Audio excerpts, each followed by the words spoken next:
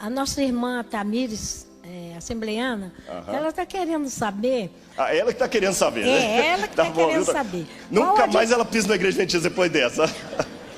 Não, ela sabe que eu ia falar. Ela sabe que ela queria saber, eu sei. Que eu ia falar que era.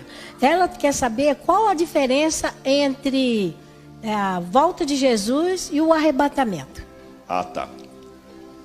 Para eu responder isso, eu quero perguntar uma coisa assim agora. Eu posso responder mesmo tendo uma posição diferente e vocês não vão ficar ofendidos. Tranquilo, né? Porque, gente, é uma coisa muito séria isso. A gente tem que tomar um cuidado. Aliás, eu vou dar uma dica. Eu vou aproveitar a pergunta dela e vou dar uma dica de evangelismo. Eu estou querendo escrever um livro sobre boas maneiras, regras de boas maneiras na hora de pregar a palavra de Deus. A Glorinha Calil, que é uma das poucas socialites que... Pode baixar a mão que eu vou ver as mãos levantadas, eu vou deixar vocês falarem. Deus não vai cansar. Tem ele aqui, ela aqui também. Já combinei com o pastor, eu vou deixar as perguntas e vou fazer minha parte aqui também. Pastor, porque, sério mesmo, não estou desobedecendo o diretor, não, mas ele vai concordar comigo que ele já trabalha em escola, ó. Está no internato, a essa altura da tarde, com jovens, crianças, levantando a mão e querendo participar. Isso é motivo para a gente dar glória a Deus ou não é? É ou não é? Então eu não posso inibir isso, né? Então vocês vão perguntar, tá bom? O que eu quero falar da Glorinha Calil? Ela tem regras de etiqueta muito interessantes sobre celular em público, como se dirigir uma mulher, uma série de coisas. Nós vamos também ter regras de bons modos no pregar o evangelho. Que às vezes nós somos muito estabanados. A gente prega o evangelho às vezes menosprezando o que pensa diferente de nós, querendo passar que só nós que vamos ser salvos, que só nós que estamos certos. Não. Então eu quero responder para vocês o seguinte. Em primeiro lugar, ainda que haja discordâncias, vocês são minhas irmãs em Cristo Jesus. Primeiro ponto, eu não estou sendo demagogo. Tá certo? Tanto é que, graças a Deus, eu tenho as portas abertas em muitas igrejas da Assembleia de Deus, que eu falo, e muitos assembleanos me apreciam no Evidências, e eles sabem do que eu penso e se sentem respeitados. Então é com o mesmo respeito que eu vou colocar aqui. Segunda questão que eu quero colocar. Deus não precisa de advogado, Deus precisa de testemunha. Tem gente que quer defender Deus, não é por aí. Terceiro ponto. Todo mundo que tem uma religião tem que ter a convicção que a igreja dele está correta, senão por que ele está lá? Se você é presbiteriano e não assembleiano, você tem que saber porque você é presbiteriano. Eu sou presbiteriano, mas eu podia ser assembleiano, dá na mesma? Não dá na mesma. O assembleiano tem um encontro com o Espírito Santo, que é o segundo batismo, que é superior ao batismo nas águas e é com dom de línguas. O presbiteriano acredita na predestinação, que as pessoas nascem já, como diz Calvino. Então quer dizer, por que você é presbiteriano? É porque o da Assembleia está errado. Por que você é da Assembleia? Porque o presbiteriano está errado. Então achar que a religião do outro está errada e a minha está certa, não é um pecado. Senão você deveria ser da religião do outro e não da sua. Não tem duas verdades, só existe uma verdade. Agora, atenção. A sua convicção pela sua igreja tem que ser baseado no estudo sério da palavra de Deus. Isso vale para os adventistas. Não é só porque o pastor falou, porque seu pai te criou daquele jeito. Um estudo sério da Bíblia por conta própria. Segundo, a sua convicção não deve fazer do céu um clube da sua igreja. Porque eu tenho convicção do que eu acredito, mas os sinceros de Deus estão aqui dentro e também lá fora. A igreja de Deus é maior do que a igreja adventista, porque ela é feita dos sinceros que estão aqui e dos sinceros que estão lá fora. O número dos que estão lá fora é maior do que os daqui de dentro. Se o céu for só de adventista, eu não quero ir para lá. Se o céu for de todos aqueles que pertencem a Deus, eu vou para lá. Amém? Porque não é placa que salva, é Cristo Jesus. Ficou claro isso? Então, com esse preâmbulo, eu vou apresentar a minha explicação. A doutrina do arrebatamento secreto, essa é uma doutrina nova. Ela não foi ensinada pela Reforma Protestante. A doutrina do arrebatamento secreto não foi ensinada pelos pais da igreja. Ela não foi ensinada na Idade Média. É uma doutrina nova, que surgiu especialmente nos Estados Unidos e se tornou mais forte a partir da Guerra Fria entre Estados Unidos e União Soviética.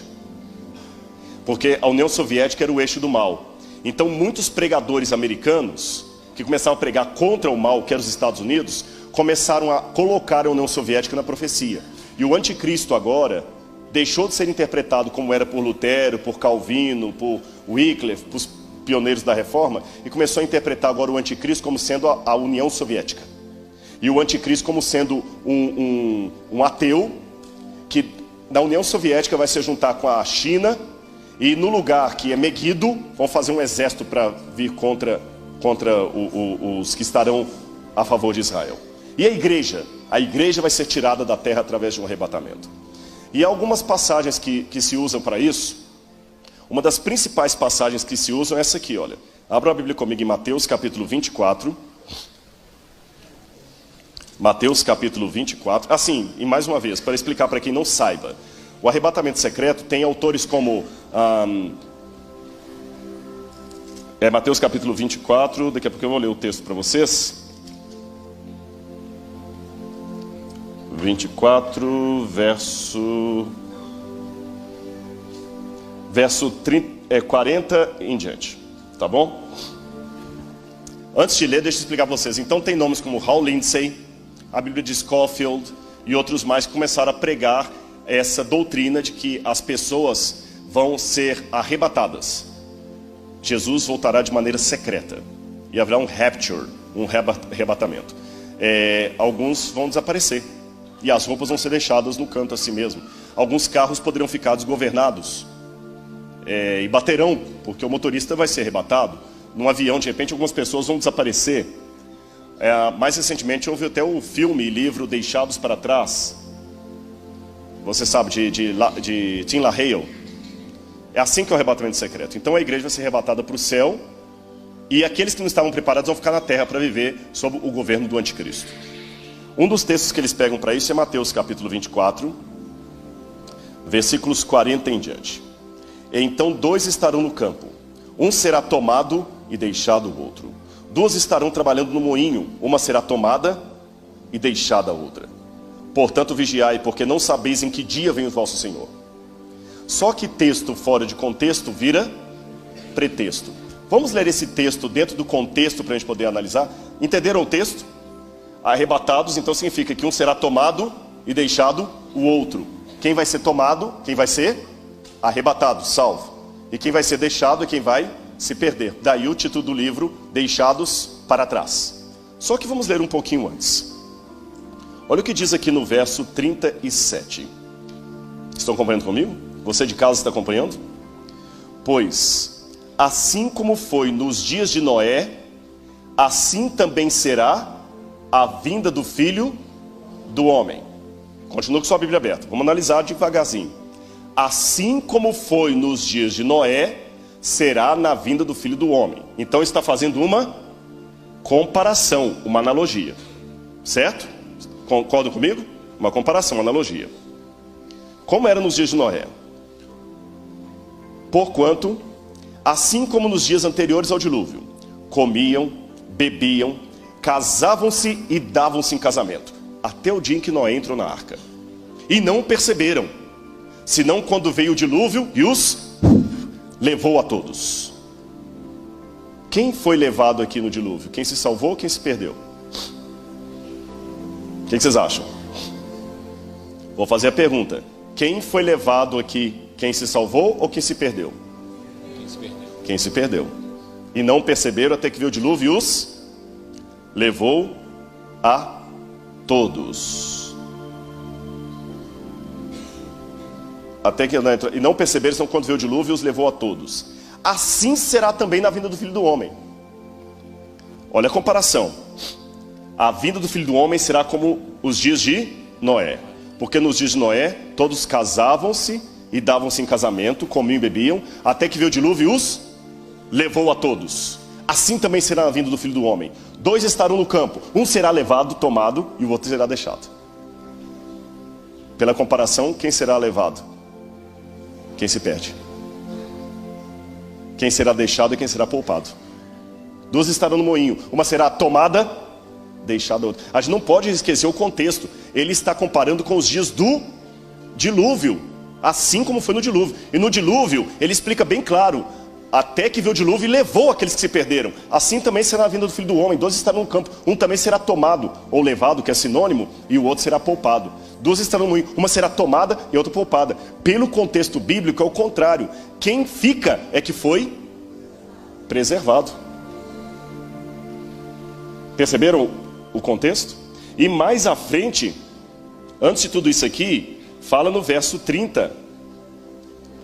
Então aparecerá no céu o sinal do Filho do Homem. É anterior a isso aqui.